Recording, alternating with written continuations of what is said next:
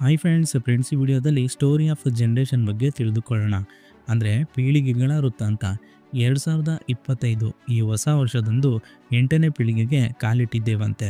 ಹಾಗಾದರೆ ಈ 8ನೇ ಪೀಳಿಗೆಯ ಯಾವುದು, ಈ 8ನೇ ಪೀಳಿಗೆಯ ಹೆಸರೇನು, ಹಾಗೆ 1901ರಿಂದ 2025ರವರೆಗೆ ನಡೆದು ಬಂದ ಮಿಕ್ಕ 7 ಪೀಳಿಗೆಗಳ ಹೆಸರೇನು, ಕಾಲಘಟ್ಟಕ್ಕನುಗುಣವಾಗಿ ಒಂದೊಂದು ಪೀಳಿಗೆಗಳು ಶುರುವಾದವು, ಆ ಪೀಳಿಗೆಯಲ್ಲಿ ಏನೆಲ್ಲ ಹೊಸ ಅನ್ವೇಷಣೆಗಳು, ಹೊಸ ಕಾರ್ಯಗಳು ಉಗಮವಾದವು, ಹಾಗೆ ಆ ಕಾಲಘಟ್ಟದಲ್ಲಿ ಅಥವಾ ಜನರೇಷನಲ್ಲಿ ಏನೆಲ್ಲ ಅಭಿವೃದ್ಧಿ ಆಯಿತು ಅನ್ನೋದನ್ನು ಕೂಡ ನೋಡೋಣ. ಈಗ 1901ರಿಂದ 2025ರವರೆಗೆ ಒಟ್ಟು 7 ಪೀಳಿಗೆಗಳನ್ನು ಗುರುತಿಸಲಾಗಿದೆ. ಈಗ 8ನೇ ಪೀಳಿಗೆ ಅಂದರೆ 2025ರ ನೂತನ ವರ್ಷದ ಪ್ರಾರಂಭದೊಂದಿಗೆ ಹುಟ್ಟಲಿರುವ ಮಕ್ಕಳನ್ನು ಜನರೇಷನ್ ಬೀಟಾ ಎಂದು ಕರೆಯಲಾಗುತ್ತಿದೆ. ಹಾಗಾದರೆ ಏನಿದು? ವಿವಿಧ ಪೀಳಿಗೆಗಳು, ನೀವು ಯಾವ ಪೀಳಿಗೆಗೆ ಸೇರಿದ್ದೀರಿ, ವಿವಿಧ ಪೀಳಿಗೆಯ ಗುಣಲಕ್ಷಣಗಳೇನು, ಭಾರತೀಯ ಸಂದರ್ಭದಲ್ಲಿ ಈ ತಲೆಮಾರಿನ ಮೇಲೆ ಪ್ರಭಾವ ಬೀರಿದ ಅಂಶಗಳು ಯಾವುವು ಅಂತ ಕೂಡ ನೋಡೋಣ. ಈಗ ಈ 8 ಪೀಳಿಗೆಗಳಲ್ಲಿ ನಿಮ್ಮ ಪೀಳಿಗೆ ಯಾವುದು, ಇದರ ಗುಣಲಕ್ಷಣಗಳೇನು ಎಂಬುದು ನಿಮಗೆ ಈ ವಿಡಿಯೋದಿಂದ ಅರ್ಥವಾಗುತ್ತದೆ. ಈಗ ಭಾರತೀಯ ದೃಷ್ಟಿಕೋನದಲ್ಲಿ ತಲೆಮಾರುಗಳು ಎಂದರೇನು ಅಂತ ನೋಡೋದಾದರೆ, ಜಾಗತಿಕವಾಗಿ ತಲೆಮಾರುಗಳು ಸುಮಾರು 10-20 ವರ್ಷಗಳ ಅವಧಿಯಲ್ಲಿ ಬದಲಾಗುವಂಥದ್ದಾಗಿದೆ. ಹಾಗಾದರೆ 20ನೇ ಶತಮಾನದ ಪ್ರಾರಂಭದ ಅನಂತರ ಜನಿಸಿದವರನ್ನು ಆಯಾ ಕಾಲಘಟ್ಟದ ಐತಿಹಾಸಿಕ, ಸಾಂಸ್ಕೃತಿಕ, ಆರ್ಥಿಕ ಹಾಗೂ ಸಾಮಾಜಿಕ ಸೇರಿದಂತೆ ವಿವಿಧ ಅಂಶಗಳು ಬೀರಬಹುದಾದ ಪ್ರಭಾವಗಳನ್ನು ಅನುಸರಿಸಿ ವಿವಿಧ ಪೀಳಿಗೆಗಳಾಗಿ ಸಮಾಜಶಾಸ್ತ್ರಜ್ಞರು ವಿಭಾಗಿಸಿದ್ದಾರೆ. ಹೀಗೆ ಬದಲಾಗುವ ಪೀಳಿಗೆಯ ಗುಣಲಕ್ಷಣ, ಸಾಮರ್ಥ್ಯ, ಆಯಾ ಕಾಲ, ಅವರ ಮೇಲೆ ಬೀರಿರುವ ಪರಿಣಾಮಗಳು ಮಹತ್ವದಾಗಿವೆ.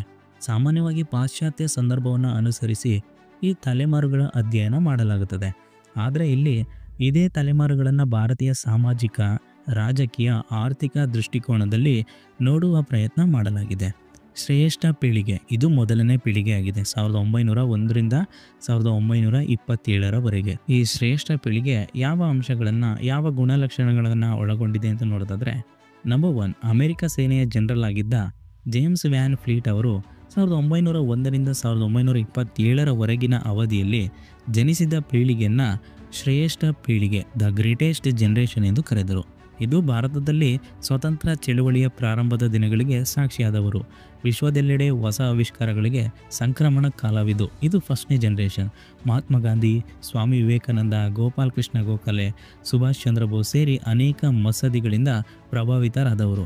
ವಿಶ್ವ ಯುದ್ಧದಲ್ಲಿ ಭಾರತ ನೇರವಾಗಿ ಭಾಗವಹಿಸದಿದ್ದರೂ ಅದರಿಂದ ಸೃಷ್ಟಿಯಾದ ಆರ್ಥಿಕ ಸಂಕಷ್ಟಗಳನ್ನು ಎದುರಿಸಿದವರು. ಕಠಿಣ ಪರಿಶ್ರಮಿಗಳು ಮತ್ತು ಯಾವುದೇ ತ್ಯಾಗದ ಮೂಲಕವಾದರೂ ರಾಷ್ಟ್ರ ಕಟ್ಟುವ ಬದ್ಧತೆ ಉಳ್ಳವರು. ಮಿತವ್ಯಯಿ, ಕೃಷಿ ಆಧಾರಿತ ಹಾಗೂ ಸಾಂಪ್ರದಾಯಿಕ ಕುಟುಂಬಗಳಲ್ಲಿ ಬೆಳೆದವರು. ಹೆಚ್ಚಿನ ಜನರು ಗ್ರಾಮೀಣ ಭಾಗದಲ್ಲಿ ಜನಿಸಿದರು. ವಿದ್ಯುತ್ ಶಕ್ತಿ ಸೇರಿದಂತೆ ಹಲವು ತಾಂತ್ರಿಕ ಔನ್ನತ್ಯಗಳನ್ನು ಪ್ರಾಥಮಿಕ ದಿನದಲ್ಲಿ ಕಾಣದವರು. ಇದು ಶ್ರೇಷ್ಠ ಪೀಳಿಗೆಯಲ್ಲಿ ಕಂಡುಬಂದ ಒಂದು ಗುಣಲಕ್ಷಣವಾಗಿದೆ. ಇನ್ನು 2ನೇ ಪೀಳಿಗೆ, ಮೌನ ಪೀಳಿಗೆ ಅಂತ ಕರೀತಾರೆ. ಇದು 1928ರಿಂದ 1945. 1928ರಿಂದ 1945ರವರೆಗಿನ ಅವಧಿಯಲ್ಲಿ ಜನಿಸಿದ ಪೀಳಿಗೆ ಕುರಿತು 1951ರಲ್ಲಿ ಟೈಮ್ಸ್ ನಿಯತಕಾಲಿಕೆಯು ಅಧ್ಯಯನ ನಡೆಸಿ ಮೌನ ಪೀಳಿಗೆ, ದ ಸೈಲೆಂಟ್ ಜನರೇಷನ್ ಎಂದು ವಿಶ್ಲೇಷಣೆ ಮಾಡಿತು. ಇದರ ಅಂಶ ಅಥವಾ ಇದರ ಗುಣಲಕ್ಷಣಗಳು ನೋಡೋಣ. ಭಾರತದಲ್ಲಿ ಸ್ವಾತಂತ್ರ್ಯ ಚಳುವಳಿಯ ಅಂತಿಮ ದಿನಗಳನ್ನು ಕಂಡ ಈ ಪೀಳಿಗೆಯು ಈ ಅವಧಿಯಲ್ಲಿ ಅನೇಕ ಕೋಮು ಸಂಘರ್ಷಗಳಿಗೆ ಸಾಕ್ಷಿಯಾಯಿತು.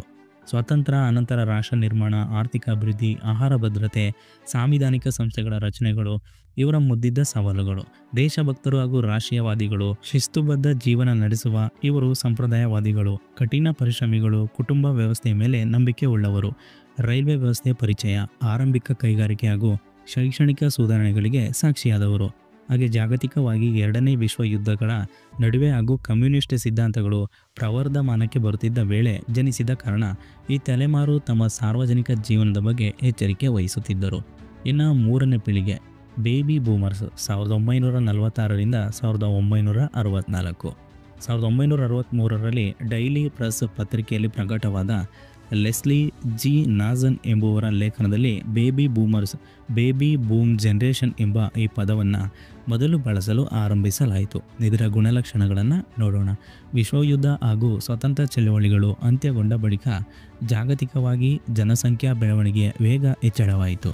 ಸ್ವಾತಂತ್ರ್ಯ ಅನಂತರ ಎದುರಾದ ವಿಭಜನೆ ಹಾಗೂ ಕೋಮು ಸಂಘರ್ಷಗಳ ನಡುವೆ ಭಾರತವನ್ನು ಯಶಸ್ವಿ ರಾಷ್ಟ್ರವನ್ನಾಗಿ ರೂಪಿಸುವ ಸವಾಲುಗಳ ನಡುವೆ ಈ ತಲೆಮಾರಿನವರು ಜನಿಸಿದರು. ಜವಾಹರ್ಲಾಲ್ ನೆಹರು ಅವರ ಸಮಾಜವಾದಿ ಸರ್ಕಾರ ಹಾಗೂ ಅಂದಿನ ಅಲಿಪ್ತ ನೀತಿ ಪರಿಕಲ್ಪನೆಗಳಿಗೆ ಸಾಕ್ಷಿಯಾದ ಪೀಳಿಗೆ ಇವರು. ಶಿಕ್ಷಣಕ್ಕೆ ಹೆಚ್ಚಿನ ಆದ್ಯತೆ ನೀಡಿದ ಈ ಪೀಳಿಗೆಯು ಉದ್ಯೋಗದಲ್ಲಿ ಸದಾ ಸ್ಥಿರತೆಯನ್ನು ಬಯಸುವವರು, ಹೆಚ್ಚಾಗಿ ಸರ್ಕಾರಿ ಉದ್ಯೋಗ ಪಡೆಯುವತ್ತ ಗಮನ ಹರಿಸಿದವರು, ಕುಟುಂಬ ವ್ಯವಸ್ಥೆಯೊಳಗೆ ಮೌಲ್ಯ ಅರಿತ ಇವರು ತಮ್ಮ ಮಕ್ಕಳ ಭವಿಷ್ಯದ ಕುರಿತು ಕನಸು ಕಾಣಲು ಆರಂಭಿಸಿದ ಮೊದಲಿಗರು ಹೌದು. ಇನ್ನು 4ನೇ ಜನರೇಷನ್ ಬಗ್ಗೆ ನೋಡೋದಾದರೆ ಜನರೇಷನ್ ಎಕ್ಸ್ 1965ರಿಂದ 1980. 1950ರಲ್ಲಿ ಮೊದಲ ಬಾರಿ ಹಂಗೇರಿಯ ಛಾಯಾಚಿತ್ರಗಾರ ರಾಬರ್ಟ್ ಕೇಪಾ ಅವರು ಜನರೇಷನ್ ಎಕ್ಸ್ ಎಂಬ ಈ ಪದವನ್ನು ಬಳಸಿದರು. 1965ರಿಂದ ಜನಿಸಿದ ಮಕ್ಕಳು ಈ ತಲೆಮಾರಿಗೆ ಸೇರಿದರು. ಇದರ ಗುಣಲಕ್ಷಣಗಳು ಹಾಗೂ ಅಂಶಗಳನ್ನು ನೋಡೋಣ. ಕಂಪ್ಯೂಟರ್ಗಳ ಆರಂಭವಾದ ಕಾಲ, ಅದರ ಬಳಕೆಯ ವ್ಯಾಪಕತೆ ಹಾಗೂ ಇಂಟರ್ನೆಟ್ ಕ್ರಾಂತಿಯ ಪ್ರಾಥಮಿಕ ದಿನಗಳನ್ನು ಕಂಡ ಈ ಪೀಳಿಗೆಯು ತಂತ್ರಜ್ಞಾನವನ್ನು ಅಪ್ಪಿಕೊಂಡಿತು. ಕುಟುಂಬಕ್ಕೆ ಹೆಚ್ಚು ಪ್ರಾಧಾನ್ಯ ನೀಡಿದ ಈ ಪೀಳಿಗೆಯು ಕೆಲಸ ಮತ್ತು ವೈಯಕ್ತಿಕ ತೃಪ್ತಿಯ ಮಧ್ಯೆ ಸಮತೋಲನವನ್ನು ಬಯಸಿದವರು. ಜಾಗತಿಕವಾಗಿ ಗಮನಿಸಿದಾಗ ಈ ಪೀಳಿಗೆಗೆ ಸೇರಿದ ಹೆಚ್ಚು ಮಂದಿ ಸಾಲದ ಸುಳಿಗೆ ಸಿಲುಕಿದವರು. ಸಾಮಾಜಿಕವಾಗಿ ಸಾಂಪ್ರದಾಯಿಕ ಪದ್ಧತಿಗಳಿಂದ ನಿಧಾನವಾಗಿ ಆಧುನಿಕತೆ ಹಾಗೂ ಪಾಶ್ಚಾತ್ಯದೆಡೆಗೆ ವಾಲಲು ಆರಂಭಿಸಿದ್ದು ಈ ಪೀಳಿಗೆ. 1991ರಲ್ಲಿ ಭಾರತವು ತೆರೆದುಕೊಂಡ ಜಾಗತೀಕರಣಕ್ಕೆ ಸಾಕ್ಷಿಯಾದ ಈ ತಲೆಮಾರು ನಿಧಾನವಾಗಿ ವಿದೇಶದ ಮೋಹಕ್ಕೆ ಒಳಗಾಗಿರುವುದನ್ನು ಗಮನಿಸಬಹುದು. ಆರ್ಥಿಕತೆಯ ಹೊರೆ ಅನುಭವಿಸಿದ ಈ ಪೀಳಿಗೆ ಉಳಿತಾಯದ ಕುರಿತು ಕಾಳಜಿ ಉಳ್ಳವರು. ಇನ್ನು 5ನೇ ಪೀಳಿಗೆ ಬಗ್ಗೆ ನೋಡೋದಾದರೆ ಮಿಲೇನಿಯಲ್ ಜನರೇಷನ್ 1981ರಿಂದ 96ರವರೆಗೆ. 21ನೇ ಶತಮಾನದ ಪ್ರಾರಂಭದ ಆಸುಪಾಸಿನಲ್ಲಿ ವಯಸ್ಕರಾದ ಹಿನ್ನೆಲೆಯಲ್ಲಿ ಇವರನ್ನು ಮಿಲೇನಿಯಲ್ ಜನರೇಷನ್ ಎಂದು ಕರೆಯಲಾಯಿತು. ಜಾಗತೀಕರಣಕ್ಕೆ ಭಾರತ ತೆರೆದುಕೊಂಡ ವೇಳೆ ಜನಿಸಿದ ಇವರು ಜಾಗತೀಕರಣವಾದ ಪ್ರಭಾವಕ್ಕೆ ಒಳಗಾದವರು. ಇಲ್ಲಿ ಇದರ ಅಂಶಗಳನ್ನು ನೋಡೋದಾದರೆ ನಗರಗಳಿಗೆ ವಲಸೆ ಹೆಚ್ಚಳ, ಹೆಚ್ಚಿನವರು ಅವಿಭಕ್ತ ಕುಟುಂಬಗಳಲ್ಲಿ ಜನಿಸಿದರು.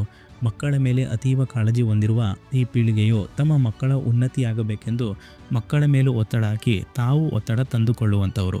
ತಾಂತ್ರಿಕ ಕ್ಷೇತ್ರಗಳಲ್ಲಿ ವೇಗವಾಗಿ ಸಾಗುತ್ತಿದ್ದ ಬದಲಾವಣೆಗೆ ಒಗ್ಗಿಕೊಳ್ಳಬೇಕಾದ ಅನಿವಾರ್ಯತೆ, ಪರಿಸರ, ಹವಾಮಾನ, ಸುಸ್ಥಿರ ಅಭಿವೃದ್ಧಿಯೆಡೆಗೆ ಕಾಳಜಿ ತೋರಿದವರು. ಇನ್ನು ವೃತ್ತಿಯೆಡೆಗೆ ಹೆಚ್ಚು ಗಮನ ಹರಿಸಿ ವೈಯಕ್ತಿಕ ಜೀವನದೆಡೆಗೆ ಕಾಳಜಿಯನ್ನು ನಿಧಾನವಾಗಿ ಕಳೆದುಕೊಂಡ ತಲೆಮಾರು ಇದಾಗಿದೆ. ಇನ್ನು ವೈವಾಹಿಕ ಜೀವನಕ್ಕೆ ಕಾಲಿಡುವ ವಯಸ್ಸನ್ನು ಮುಂದೂಡಲು ನಿರ್ಧರಿಸಿದರು. ಇನ್ನು 6ನೇ ಜನರೇಷನ್ ಬಗ್ಗೆ ನೋಡೋದಾದರೆ ಜನರೇಷನ್ ಜಿ 1997ರಿಂದ 2010. ಆಸ್ಟ್ರೇಲಿಯಾದ ಸಮಾಜಶಾಸ್ತ್ರಜ್ಞ ಮಾರ್ಕ್ ಮೆಕ್ ಕ್ರಿಂಡಲ್ ಈ ಹೊಸ ಪೀಳಿಗೆಗೆ ಜನರೇಷನ್ ಜಿ ಅಥವಾ ಜನರೇಷನ್ ಝೆಡ್ ಎಂದು ನಾಮಕರಣ ಮಾಡಿದರು. ಸಾಮಾಜಿಕ ಜಾಲತಾಣಗಳಿಂದ ಪ್ರಭಾವಿತರಾದವರು ಇವರು. ಇದರ ಅಂಶಗಳು ಗುಣಲಕ್ಷಣಗಳನ್ನು ನೋಡೋದಾದರೆ ಸಾಮಾಜಿಕ ಜಾಲತಾಣಗಳು ಇಲ್ಲದ ಹಾಗೂ ಸಾಮಾಜಿಕ ಜಾಲತಾಣಗಳ ಉಚ್ಛ್ರಾಯ ಕಾಲಕ್ಕೆ ಸಾಕ್ಷಿಯಾದವರು ಅಥವಾ ಪ್ರಭಾವಕ್ಕೆ ಒಳಗಾದವರು. ವಯಸ್ಕರಾದ ಬಳಿಕ ಕೃತಕ ಬುದ್ಧಿಮತ್ತೆ ಕ್ಷೇತ್ರವು ಪ್ರವರ್ಧಮಾನಕ್ಕೆ ಬಂದಿದ್ದರೂ ಕೃತಕ ಬುದ್ಧಿಮತ್ತೆಡೆಗೆ ಒಲವು ಹೊಂದಿರುವವರು. ಸ್ವಯಂ ಉದ್ಯೋಗದೆಡೆಗೆ ಆಸಕ್ತಿ ಹೊಂದಿರುವ ಇವರು ಸ್ಟಾರ್ಟಪ್ ಹಾಗೂ ಹೊಸ ಉದ್ದಿಮೆಗಳ ಸ್ಥಾಪನೆಯೆಡೆಗೆ ಆಸಕ್ತಿ ಹೊಂದಿದವರು. ಸಾಮಾಜಿಕ ಪಿಡುಗುಗಳ ವಿರೋಧಿಗಳಾಗಿರುವ ಇವರು ಪರಿಸರ, ಹವಾಮಾನ ಬದಲಾವಣೆ ಕುರಿತಂತೆ ಹೆಚ್ಚು ಕಾಳಜಿ ಹೊಂದಿದವರು. ಪೋಷಕರ ಹಂಗಿಲ್ಲದೆ ತಮ್ಮದೇ ಆದ ಸಿದ್ಧಾಂತಗಳನ್ನು ಬೆಳೆಸಿಕೊಳ್ಳುವ ಇವರು ರಾಜಕೀಯವಾಗಿ ಪ್ರಬುದ್ಧ ಆಲೋಚನೆಗಳನ್ನು ಹೊಂದಿದವರು. ಆಧುನಿಕತೆಗೆ ತೆರೆದುಕೊಂಡಿದ್ದರೂ ಸಂಬಂಧಗಳು, ಸಾಂಪ್ರದಾಯಿಕತೆಗೆ ಒಲವು ಹೊಂದಿದವರು. ಇನ್ನು 7ನೇ ಪೀಳಿಗೆ ಬಗ್ಗೆ ನೋಡೋದಾದರೆ ಜನರೇಷನ್ ಆಲ್ಫಾ 2010ರಿಂದ 2024. ಆಸ್ಟ್ರೇಲಿಯಾದ ಸಮಾಜಶಾಸ್ತ್ರಜ್ಞ ಮಾರ್ಕ್ ಮೆಕ್ ಕ್ರಿಂಡಲ್ ಜನರೇಷನ್ ಆಲ್ಫಾ ಈ ಪದವನ್ನು ಸೃಷ್ಟಿಸಿದ್ದಾರೆ. 2010ರ ಅನಂತರದ ಕಾಲಘಟ್ಟದಲ್ಲಿ ಜನಿಸಿದ ಮಕ್ಕಳ ತಲೆಮಾರಿನವರು ಇವರು. ಈ ಪೀಳಿಗೆಯ ಗುಣಲಕ್ಷಣಗಳು, ಅಂಶಗಳನ್ನು ನೋಡೋದಾದರೆ ಈ ಪೀಳಿಗೆಯು ಕೃತಕ ಬುದ್ಧಿಮತ್ತೆ, ಸ್ಟಾರ್ಟ್ ಸಾಧನಗಳು ಹಾಗೂ ಆನ್ಲೈನ್ ಕಲಿಕೆಡೆಗೆ ಹೊರಳಿರುವಂಥದ್ದು. ತಂತ್ರಜ್ಞಾನದ ಬಳಕೆಯ ವಿಚಾರದಲ್ಲಿ ತಮ್ಮ ಹೆತ್ತವರನ್ನು ಮೀರಿಸಬಲ್ಲರು. ಭಾರತದ ಮುಂಬರುವ ತಂತ್ರಜ್ಞಾನ ಆಧಾರಿತ ಭವಿಷ್ಯ ರೂಪಿಸುವಲ್ಲಿ ಇವರ ಪಾತ್ರ ನಿರ್ಣಾಯಕ ಎಂದು ವಿಶ್ಲೇಷಿಸಲಾಗುತ್ತಿದೆ. ವಿಭಕ್ತ ಕುಟುಂಬದಲ್ಲಿ ಬೆಳೆಯುತ್ತಿರುವ ಈ ಪೀಳಿಗೆ ಪೋಷಕರು ತಮ್ಮ ಮಕ್ಕಳ ಶಿಕ್ಷಣ, ದೈನಂದಿನ ಅಗತ್ಯಗಳಿಗಾಗಿ ಹೆಚ್ಚು ಹಣ ಖರ್ಚು ಮಾಡುತ್ತಿದ್ದರು. ಇಲ್ಲಿ ಇದನ್ನು ನೋಡಬೇಕಾದ ಅಂಶವಾಗಿದೆ. ಹಾಗೆ ಸಾಮಾಜಿಕ ಜಾಲತಾಣಗಳ ಮೂಲಕ ಜಾಗತಿಕ ಆಗುಹೋಗುಗಳು, ವೈವಿಧ್ಯಮಯ ಸಂಸ್ಕೃತಿಗಳ ಕುರಿತು ತಿಳಿದುಕೊಳ್ಳುವ ಅವಕಾಶಗಳು ಇವರಿಗೆ ಹೆಚ್ಚು. ತಮ್ಮ ಪೋಷಕರ ಸಲಹೆಗಳಿಗೆ ಅವಲಂಬಿತರಾಗದೆ ತಾವೇ ಸ್ವತಂತ್ರವಾಗಿ ನಿರ್ಧಾರ ತೆಗೆದುಕೊಳ್ಳುವ ಹೆಚ್ಚು ಸಾಮರ್ಥ್ಯವನ್ನು ಈ ತಲೆಮಾರು ಹೊಂದಿದೆ. ಇನ್ನು ಜನರೇಷನ್ ಬೀಟಾ, ಇದು ಈಗ ಶುರುವಾದಂಥ ಜನರೇಷನ್ ಬೀಟಾ 2025ರಿಂದ 2039ರವರೆಗೂ ಕೂಡ ಇದು ಇರುತ್ತದೆ. ಆಸ್ಟ್ರೇಲಿಯಾದ ಸಮಾಜಶಾಸ್ತ್ರಜ್ಞ ಮಾರ್ಕ್ ಮೆಕ್ ಕ್ರಿಂಡಲ್ ಅವರು ಜನರೇಷನ್ ಬೀಟಾ ಪದವನ್ನು ಸೃಷ್ಟಿಸಿ ಪ್ರಚಾರ ಮಾಡಿದ್ದಾರೆ. ಇದು ನಮ್ಮ ಕಾಲಘಟ್ಟದ ಹೊಸ ಪೀಳಿಗೆಯಾಗಿದೆ. ಈ ಪೀಳಿಗೆಯಲ್ಲಿ ಜನಿಸುವವರ ಪೈಕಿ ಬಹುತೇಕರು 22ನೇ ಶತಮಾನದ ಆರಂಭವನ್ನು ಕಾಣಲಿದ್ದಾರೆ. ಅತ್ಯಾಧುನಿಕ ತಂತ್ರಜ್ಞಾನ ಯುಗದಲ್ಲಿರಲಿದೆ. ಈಗಾಗಲೇ ಮುಂದುವರೆದಿರುವ ತಂತ್ರಜ್ಞಾನದೊಡನೆ ಮುಂಬರುವ ವಿವಿಧ ತಾಂತ್ರಿಕ ಔನ್ನತ್ಯಗಳೊಡನೆ ಇವರು ಬೆಳೆಯಲಿದ್ದಾರೆ. ಇನ್ನು ಹೆಚ್ಚಿನ ಆವಿಷ್ಕಾರಕ್ಕೆ ಸಾಕ್ಷಿಯಾಗಲಿದ್ದಾರೆ. ಕೃತಕ ಬುದ್ಧಿಮತ್ತೆ, virtual reality, augmented reality, robotics ಸೇರಿದಂತೆ ಅತ್ಯುನ್ನತ ತಾಂತ್ರಿಕ ಸೌಲಭ್ಯಗಳು ಇವರಿಗೆ ದೊರೆಯಲಿವೆ. ಕೃತಕ ಬುದ್ಧಿಮತ್ತೆಯೆಡೆಗೆ ಹೆಚ್ಚು ಅವಲಂಬಿತರಾದಲ್ಲಿ ಇವರ ಬೌದ್ಧಿಕ ಸಾಮರ್ಥ್ಯದ ಮೇಲೆ ಬೀರಬಹುದಾದ ಪರಿಣಾಮ ಕುರಿತು ಆತಂಕವಿದೆ. ಈ ಪೀಳಿಗೆಯ ಪ್ರವರ್ಧಮಾನದ ಕಾಲಕ್ಕೆ ಕುಟುಂಬ ಸೇರಿದಂತೆ ಸಾಮಾಜಿಕ ಸಂಬಂಧಗಳಲ್ಲಿ ಅನೇಕ ಬದಲಾವಣೆಗಳಾಗಲಿದ್ದು ಅವುಗಳಿಗೆ ಸಾಕ್ಷಿಯಾಗುವ ಸಾಧ್ಯತೆಗಳಿವೆ. ಇದು 1ರಿಂದ 8ರವರೆಗೆ ಶುರುವಾದಂಥ ಜಾಗತಿಕ ಪೀಳಿಗೆಗಳಾಗಿವೆ ಅಥವಾ ಸ್ಟೋರಿ ಆಫ್ ಜನರೇಷನ್ ಆಗಿದೆ. ಇದರಲ್ಲಿ ನೀವು ಯಾವ ಪೀಳಿಗೆಗೆ ಸೇರಿದ್ದೀರಿ ಅನ್ನೋದನ್ನು ಕಾಮೆಂಟ್ನಲ್ಲಿ ತಿಳಿಸಿ. ಹಾಗೆ ವಿಡಿಯೋ ಇಷ್ಟ ಆದರೆ ಲೈಕ್ ಮಾಡಿ, ಹಾಗೆ ವಿಡಿಯೋವನ್ನು ಶೇರ್ ಮಾಡಿ. ಹಾಗೆ ಇದೇ ರೀತಿ ಇಂಟ್ರೆಸ್ಟಿಂಗ್ ಟಾಪಿಕ್ ಆಗಿ ಅಥವಾ ಇಂಟ್ರೆಸ್ಟಿಂಗ್ ವಿಷಯಗಳಿಗಾಗಿ ನಮ್ಮ ಚಾನಲನ್ನು ಮಿಸ್ ಮಾಡದೆ ಸಬ್ಸ್ಕ್ರೈಬ್ ಮಾಡಿ. Thanks for watching video.